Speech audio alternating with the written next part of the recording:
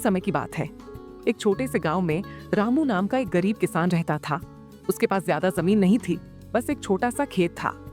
उसी खेत से वह अपनी पत्नी और 2 बच्चों का पेट पालता था।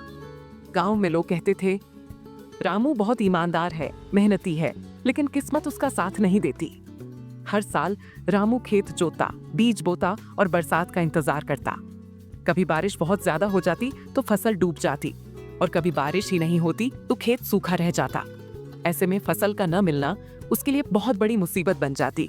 रामू का सपना था कि उसके बच्चे पढ़ लिख कर बड़ा आदमी बने। वह चाहता था कि उसके बच्चे वही तकलीफें न झेलें जो उसने झेली हैं, लेकिन गरीबी की वजह से बच्चों की पढ़ाई बार बार रुक जाती थी। जब भी रामू दूसरों से मदद मांगता, लोग कहते, रामू, खेती से कुछ नहीं होगा, छोड़ो ये सब और मजदूरी करो। लेकिन रामू हमेशा मुस्कुराकर जवाब देता, खेती ही मेरी पहचान है, खेत ही मेरा भगवान है, जब तक जान है इसे नहीं छोड़ूंगा।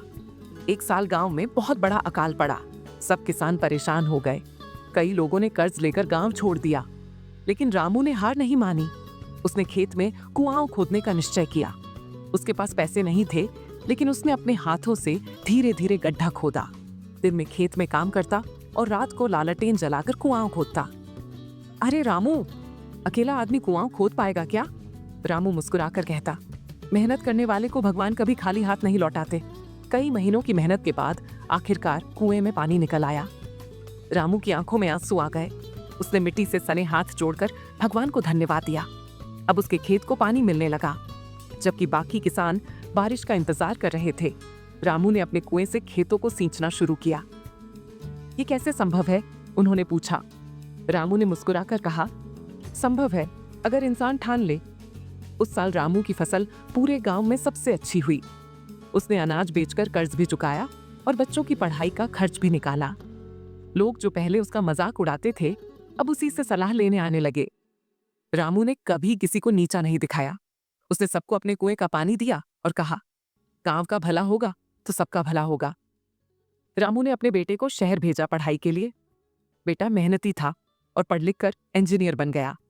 बेटी भी पढ़ाई में तेज थी और शिक्षिका बन गई। जब बच्चे सफल हुए तो उन्होंने सबसे पहले गांव लौटकर अपने पिता के पैरों में सिर झुकाया। रामू की आंखों से आंसू बहने लगे। उसने कहा, मेरी मेहनत रंग लाई। गरीबी ने मुझे तोड़ा नहीं, बल्कि और मजबूत बना दिया। रामू की कहानी पूरे गांव के लिए प्रेरणा बन गई। लोग कहते, अगर इंसान मेहनत और धैर्य रखे तो कठिनाई कितनी भी बड़ी क्यों ना हो, सफलता मिलकर रहती है।